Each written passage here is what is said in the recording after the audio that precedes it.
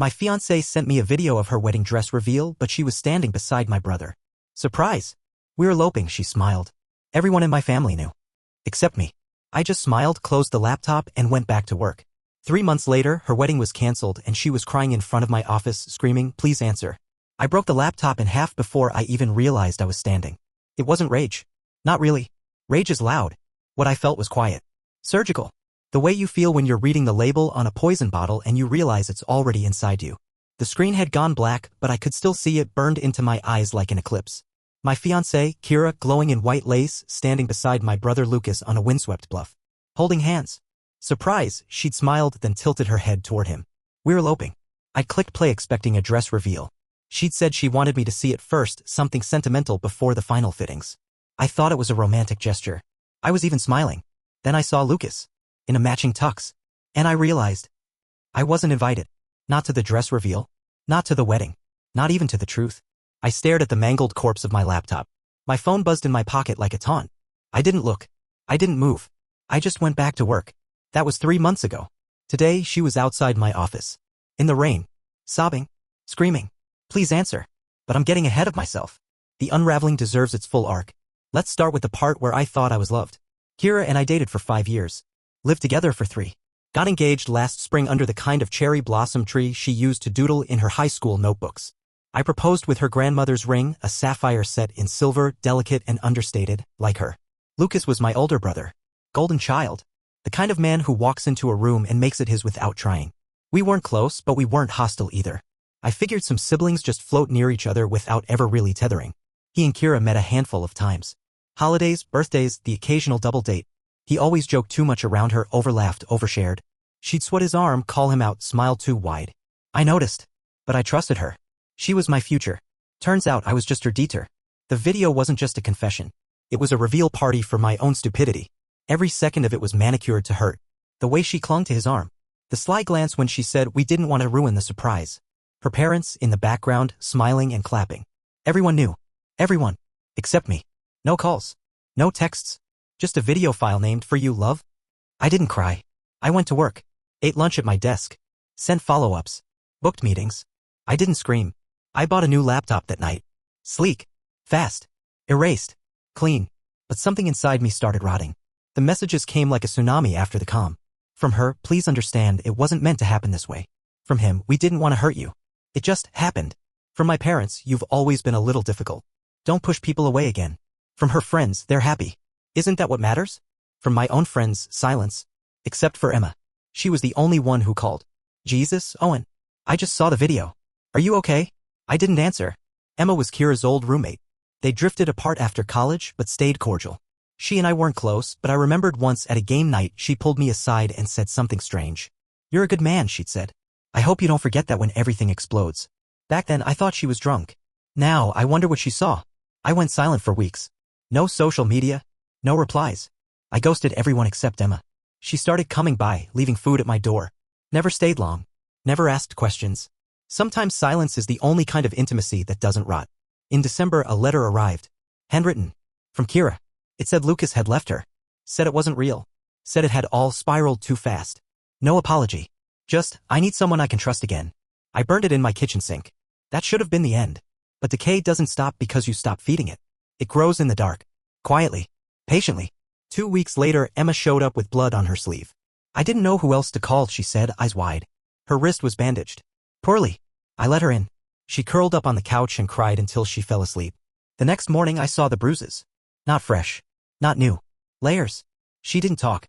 I didn't press. But a seed had been planted. Emma moved in 2 days later. She said it was temporary. I didn't argue. The house was too quiet anyway. She brought noise back. Small, soft noises, tea kettles, laughter, half-mumbled songs in the shower. We danced around each other for weeks. Not lovers. Not roommates. Something else. She touched my arm once while reaching for a plate and said, "You're colder than I remember." I didn't answer. But that night I stayed up until sunrise. Reading. Researching. Learning. You'd be amazed how much you can find with a name, a wedding venue, and a little spite. Turns out Lucas's name wasn't on the marriage certificate. Because there was no certificate. Because there was no legal wedding. Just a ceremony. A performance. No license filed. No papers signed. But that wasn't the real revelation. The real one, Lucas was already married. To a woman named Hallie. Married for 8 years. 2 kids. Facebook locked down. LinkedIn scrubbed. But the traces were there. Emma helped me find her. She worked at a nonprofit for missing teens. Irony. I mailed Hallie a package. Photos. Screenshots. Copy of the video. I signed it from someone who thought they were family.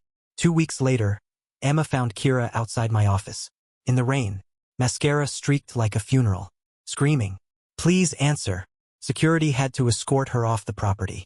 I didn't go outside. But I watched. And I smiled. Because the video wasn't a dress reveal. It was a death sentence. And now, the funeral is just beginning. Update 1. The things you find in deleted folders. After they dragged Kira off my office steps, I didn't sleep for 2 days. Not out of stress. I was energized. Alive in a way I hadn't felt since childhood. Before I learned what betrayal sounds like when it wears your brother's voice. Emma stayed quiet about it. She made soup, folded laundry, started locking the door behind her like muscle memory. That night, I found something in an old backup drive from our shared Dropbox. One of those sync folders Kira and I used when we were wedding planning. I'd forgotten I even had a copy. The folder was called Forever Files. Cute, right? I don't know why I opened it. Maybe some part of me still hoped it held something sacred. A leftover heartbeat. Instead, I found a subfolder. Hidden inside another. Titled Alt Guest List. Inside were names. Not ours. Not our friends. Names I didn't recognize. With notes. Kelly R. Keep her away from bar. Flirty with Luke. Jonas P. Owen's friend. Tells him too much, cut. Tracy. Will take my side in a breakup, keep. Each name was annotated. Color-coded. Like a battlefield map. And next to mine, just, he doesn't ask questions. I should have closed it. Instead, I opened the video folder. There were 11 versions of the elopement video. 11. Different angles. Lighting changes. Scripted moments redone. Her smile redone. His laugh redone. One file, tucked in the back, had no music, no editing. Just raw footage. At the start, before they posed, Kira turned to Lucas and whispered, "Do you think he'll cry or just shut down?" Lucas laughed. "I bet he doesn't even finish it." That was the moment I lost the last fragment of mourning. They hadn't just betrayed me. They'd rehearsed my grief. I transferred everything onto a flash drive and mailed it to their employers. No return address. Lucas was a high school guidance counselor. Kira worked PR for a health brand. You know the type. Instagrammed green juice and mental wellness slogans. Their tagline was "Nourish the inside to reflect the outside." So I showed them what her insides looked like. Both of them lost their jobs within a week. Emma came home to find me reading a book on corporate asset tracing. She didn't ask why. She just kissed my forehead and said, "Make sure they feel it." The next day, I bought an ad slot. Local podcast. True crime meets scandal gossip. Weekly downloads in the tens of thousands. I didn't give them names. Just the story. A story about a man whose fiancée ran off with his brother. Publicly, cruelly, deliberately, and how that story unraveled into something uglier. The episode went viral. And in the Reddit thread underneath, someone commented, "Wait, was this in Portland? My friend had a wedding canceled like this. I think I know her." I didn't reply. I didn't have to. By the end of the week, someone had leaked screenshots. Blurred names, but clear enough. The internet did what it does. And Kira? She finally stopped calling. But Lucas didn't. He left a voicemail at 3 a.m. Slurred. Scared. "I don't know what you're doing, man. But you need to stop. You're not well. You're sick." Then a second one. "Please. Just, she's not okay. I made a mistake. We both did. But this is going too far." I listened to them while brushing my teeth. Didn't feel a thing. I wasn't doing anything. Not really. I was just releasing pressure. Like opening a valve on a rotting pipe and letting the stink escape. Emma found me that night staring at our bedroom wall. I told her what Lucas said. She climbed into bed, pulled my arm around her waist, and whispered, "You're not the villain. You're the consequence." I don't know what it says about me that I fell asleep smiling. But I do know this. There's still so much more to unearth. And I haven't even gotten to the part about the honeymoon registry. Because that's where it gets truly fucked. And personal. So personal I started laughing when I saw who paid for it. But that's for the next update. And if you're feeling uncomfortable now, good. You should be. Because discomfort is the first sign that the truth is settling in. And we haven't even scratched the surface yet. Update 2, the blood on the registry. It started with an email. Not to me. To Kira. From Honeypot Collective, a cutesy startup wedding site that lets couples register for experiences instead of gifts. The kind of place where you can ask for sunset massages in Santorini and handmade pasta lessons in Tuscany from the same page. The email was just a routine update. Reminder, your honeymoon fund will be released to your linked account in 48 hours. But here's the thing, Kira had long since deleted that account. I only knew about it because she'd made me test it back when we were still planning the wedding. She wanted to see the user side, a classic PR move.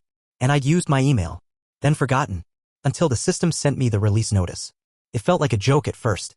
But curiosity is a kind of poison, isn't it? I clicked the login link. My old credentials still worked. And there it was.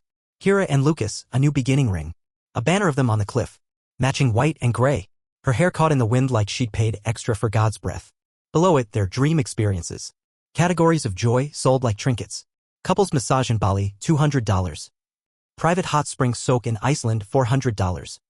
Donkey ride through the Amalfi Coast, $150. What the actual hell? Each one had names beneath it. Donors. Most were friends I hadn't heard from since college. But some cut deeper.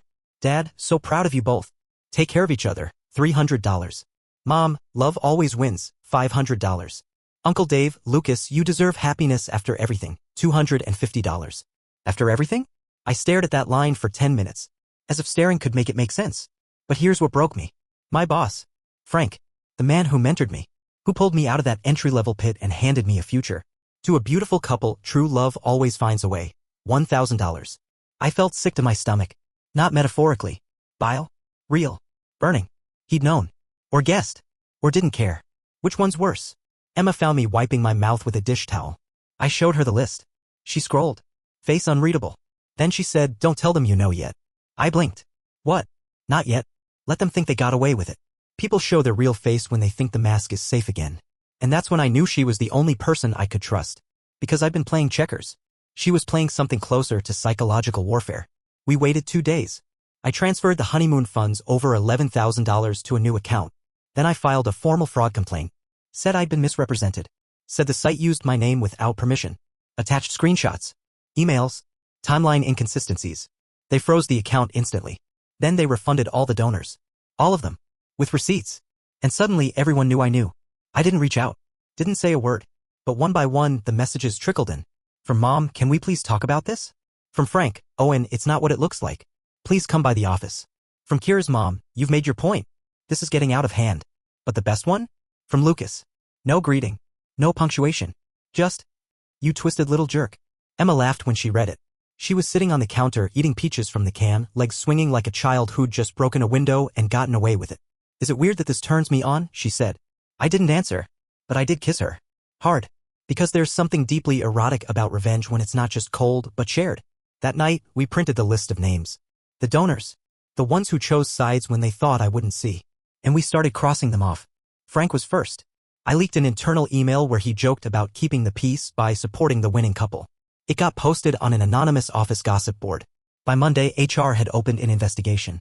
My mom was next. Emma sent her flowers. With a note. From your favorite mistake. Refund incoming. My father tried to call. I let it ring out. Then blocked him. But the worst? The absolute rot at the root? Was a message from Kira herself. Short. Not angry. Worse. I get it now. I wasn't the worst thing to happen to you. Emma was. No context. No explanation. Just venom. Direct. Because even now, even after the wedding, the lies, the theft, she couldn't believe I didn't orbit her anymore. Couldn't believe I'd found someone who saw the rot in me and kissed it anyway. I showed Emma the message. She didn't say anything for a full minute. Then let's burn something. So we did. We went out back.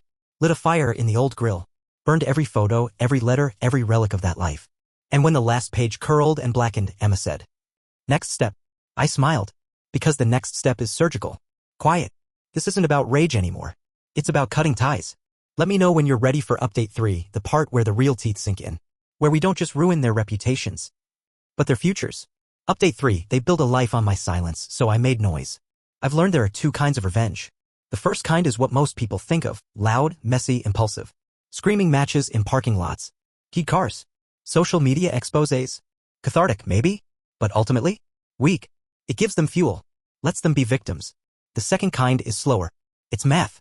It's a long-term investment with compounded interest and grief. It's the one I chose. After the registry imploded and the calls started again, Emma and I sat down and made a list. Not of people. Of assets. What did they have? What had they built using my name, my connections, my silence? And how could we quietly take it all? Let's start with Lucas. He worked as a high school guidance counselor, remember? What I didn't tell you is that his entire into the district was me. He needed character references. Networking. Even borrowed my resume template back when he was floundering post-divorce and trying to rebrand as a mentor figure. He used a letter I wrote him. Said I was the person who inspired him to care about helping lost kids find their path. Ironic, right? So I rescinded the letter. Formally. Sent a notarized statement to the school board and the state certification committee. Claimed misrepresentation.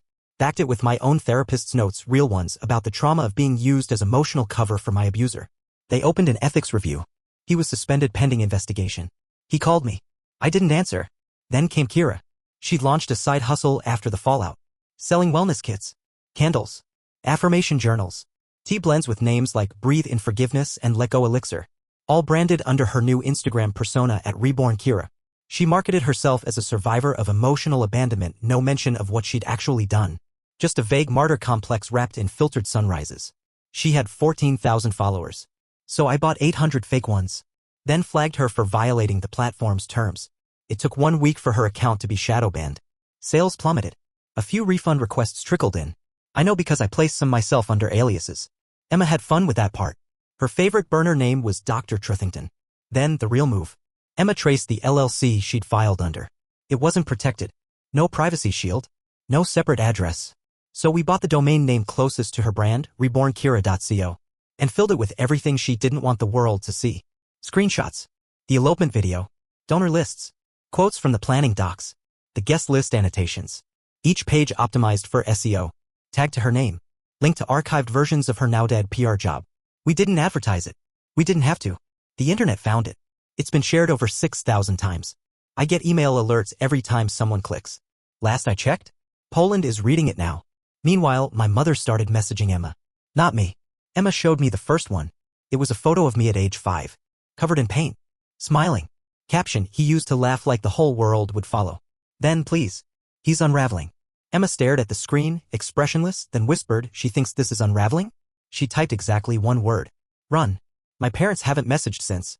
But here's the part that haunts me. The part one almost didn't tell you. A week ago, I walked into my office, new job, new city, clean slate, and found a man waiting in the lobby. Lucas. Thinner. Grayer. He stood when he saw me, hands raised like I might hit him. I didn't.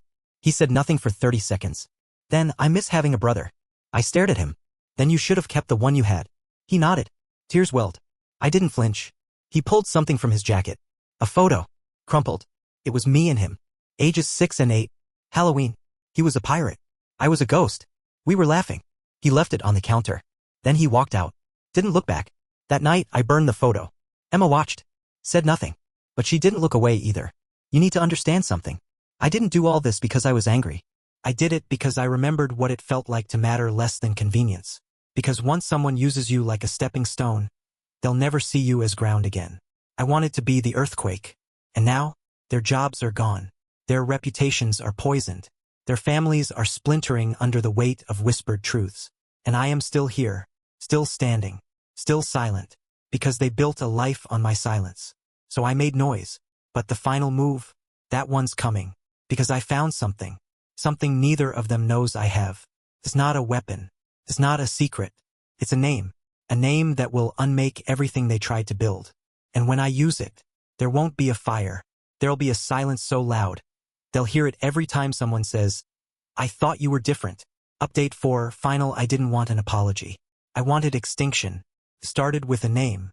Not Kira's. Not Lucas's. Someone older. Buried deeper.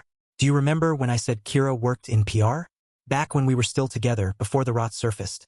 She told me something once, late at night, half drunk, playing with the chain around her neck. My mentor taught me everything, she said. She's untouchable. Her name was Lenora Vale, former crisis comms exec turned fixer for private clients. Specialized in reputation rehabs. Kira interned for her. Idolized her. Back then, I thought it was just admiration. Now I realized Lenora Vale had cleaned the blood off more than one knife. And she was about to try and erase mine. Because 3 days ago, Emma got an email. Anonymous. Encrypted. A PDF attachment with a short note. Thought you should know who's behind the scrub. We opened it. It was a timeline. Campaign. For Lucas and Kira.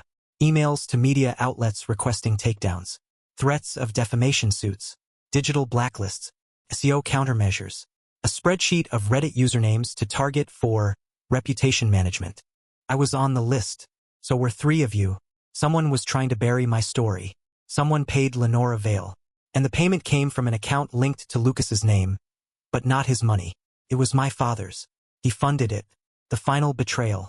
Not just protecting the golden child. Not just salvaging the family name. He paid someone to erase what they did. To delete me again. I didn't tell Emma right away. Instead, I sat in the dark, rereading that PDF until the words lost meaning. Then I made 2 calls. One to a lawyer I hadn't spoken to in 5 years. The other to a woman named Hallie. Remember her? Lucas's actual wife. The one he legally never divorced. Yeah. That part's still true. Turns out, Hallie had been watching everything quietly. Waiting. She was the one who sent the PDF. How did she get it? She slept with one of Lenora Vale's interns. The world is small when you've got nothing left to lose. She wanted to bury Lucas. I told her I had something better. We met at a diner at 2 a.m. 2 ghosts. 2 disasters in the shape of people. I handed her a USB drive. Inside, video evidence, emails, the full registry breakdown, the financial fraud timeline. She handed me an envelope. Inside, a copy of Lucas's marriage license. The original. Unexpired. Unrevoked. Then she smiled and said, "They got married illegally. Bigamy. Class 4 felony in this state." And just like that, the board shifted. This wasn't about pain anymore. It was about law. 3 days later, I filed a complaint with the county. Anonymous. Attached the license. The video. The evidence. Let the system eat itself. Within a week, a warrant was issued for Lucas. Failure to disclose prior marriage on a legal wedding application. They tried to dismiss it as a clerical misunderstanding. The DA didn't buy it. It went public. Kira's last post was a sobbing Instagram story claiming, "The truth is being weaponized." She deleted her account 12 hours later. Lucas lawyered up. My parents went silent, except for one final thing. My father called. Voicemail. His voice cracked. "You've made your point." That was all he said. No anger. No begging. Just those 4 words. I saved the message. Played it for Emma. We were sitting on the floor, eating cheap sushi from the gas station because grief makes you forget taste. She laughed. Not cruelly. Not even loudly. Just enough to make me remember we were alive. And then she handed me a small box. Inside was a key. "To the new place," she said. I stared. We hadn't been planning to move yet, but she'd been doing the paperwork. Quietly, efficiently, while I dismantled the past. She was laying the foundation for what came after. We moved last week. No forwarding address. No social media. No trail. Just silence. The kind that comes after a purge. The kind you earn. I walk through this new house barefoot. The floors don't creak. The walls don't echo with names that used to own me. There's no corner where I see a ghost in a white dress. Just windows. And light. The other day, Emma caught me staring out at the street. "Do you still think about them?" she asked. I didn't answer right away. Then, "No. I think about the space they used to fill." She nodded. "That's grief." "No," I said. "That's peace. Because here's the truth. I never wanted them to say sorry. I didn't need closure. I needed extinction. And I got it. Not by destroying them, but by making sure they destroyed themselves. With their own decisions. Their own rot. Their own belief that I wouldn't come back with teeth. I did. I came back with silence. And now? I don't scream. I don't explain. I don't reply. I just exist. And they have to live in a world where I'm not a mistake they can laugh off anymore. I'm the consequence. The one they invited when they underestimated me. And every time someone says their name now, there's a pause. A hesitation. That space? That's me. Still here. Still watching. Still smiling.